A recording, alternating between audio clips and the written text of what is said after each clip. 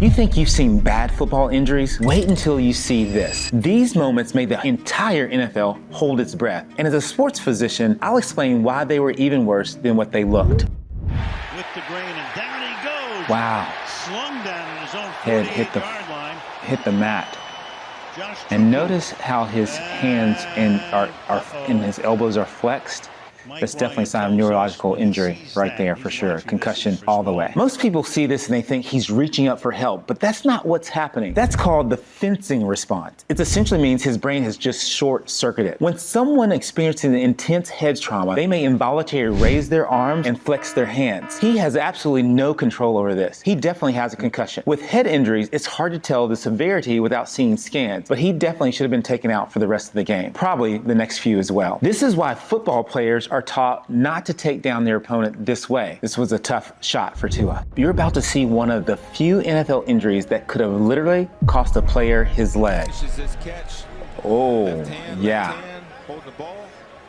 That is tough. He's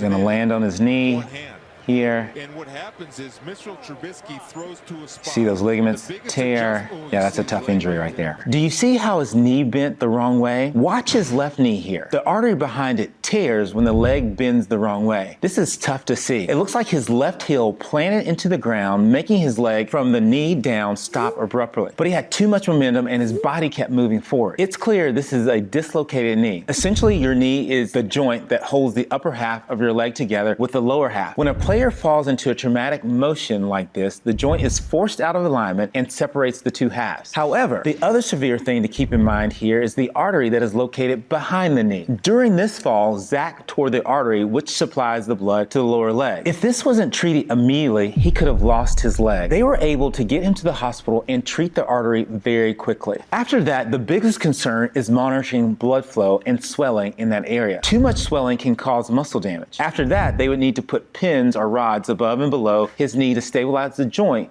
while it heals. All of this is just day 1 to months worth of recovery. These jump landings are one of the worst ways to get injured on the field. But to look at the bright side, even through all of that, he was still able to get the touchdown for the team. In the early third, Tyreek suffered a pretty gruesome injury, with his leg basically bent. Oh yeah. Wow, that's really tough. That's even hard for me as an orthopedic surgeon to see that. But look at that smile on his face. Mindset is very important.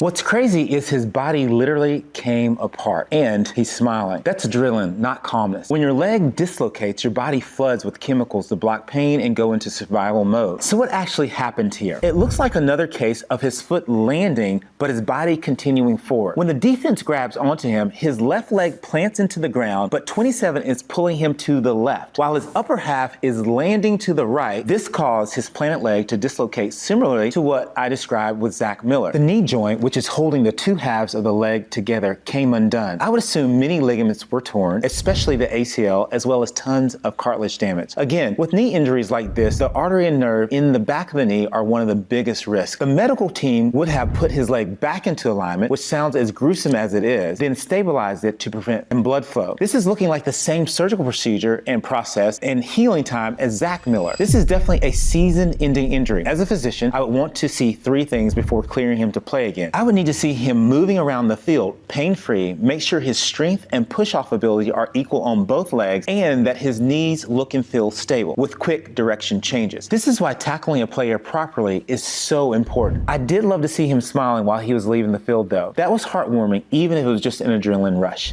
If you've been able to stomach these so far, what's coming next might change how you watch football forever. And if you're into these breakdowns, hit subscribe. We post a new video every week. Yep, look at that.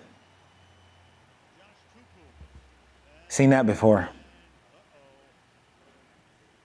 Yeah, that one's, His ankle didn't just locate. It fractured and opened the skin. That's what we call an open fracture. And the biggest danger isn't the bone, it's the infection that can end a career. Imagine training your whole life and with one twist, it erases that in seconds. It looks like as he's getting tackled, his right leg twisted and his foot got stuck between the defense and the field. Then this put his ankle in extreme stress, causing not only a dislocation, but a fracture as well. This means that the bones in his foot broke and that the joint connecting his leg to his his foot was disconnected, which is why we see it facing the wrong way. Because of the open wound, the medical team on the field was not able to put the joint back in place immediately. He had to go into surgery to address the wound. Then they were able to put the ankle back in place. While this is a dislocation like the previous two injuries we covered, what's unique about Dax is all of the additional long-term risks that come with an open wound injury. Not only is there the usual risk of improper healing, loss of motion, weakness, etc., an open wound brings with it other factors like infection and arthritis as well. This could limit his abilities in the future. When you have an open fracture, your bone and joint are exposed to the outside environment, which can bring in bacteria. Your immune system would then attack this bacteria, which would cause inflammation in your ankle and then damage the cartilage in the process, essentially aging his ankle, making it impossible to play. This injury was hard to watch and definitely season ending, if not career ending.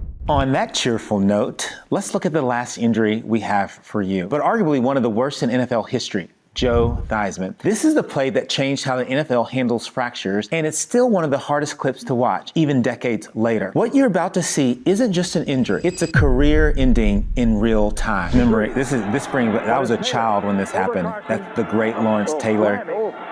And Lawrence Taylor knew when he got up what he'd done. He starts waving the medical team over. This is the worst one of all time. When everything you've built ends in 1 second, that's devastating. You can see as the defense is moving to tackle Joe, his body is in full momentum and it lands right on Joe's leg. This is definitely a complete fracture of both bones in the lower right leg and a definite open wound. It doesn't look like his knee or ankle was dislocated, but there was definitely extreme stress on both. If I'm the physician on the field, I would look to stabilize his leg immediately before sending him to the hospital. The surgeon at the hospital would realign his bone fragments and secure them with metal rods, screws, and plates. An injury like this is career ending for 3 reasons. 1, the muscle and nerve damage would limit his ability to make a full recovery in not only the strength of his leg, but feeling the leg as well. Number 2, the trauma from both the injury and the multiple surgeries would cause stiffness in his knee and his ankle, both vital body parts for a quarterback. 3, again, the arthritis from an open wound would cause chronic pain and inflammation in both joints. And bonus number 4, the risk of refracture is extremely high for an injury like this. It's hard to see a career-ending injury like this when you're watching the game. Knowing everything that they can work so hard for can be lost in moments. That is hard to swallow.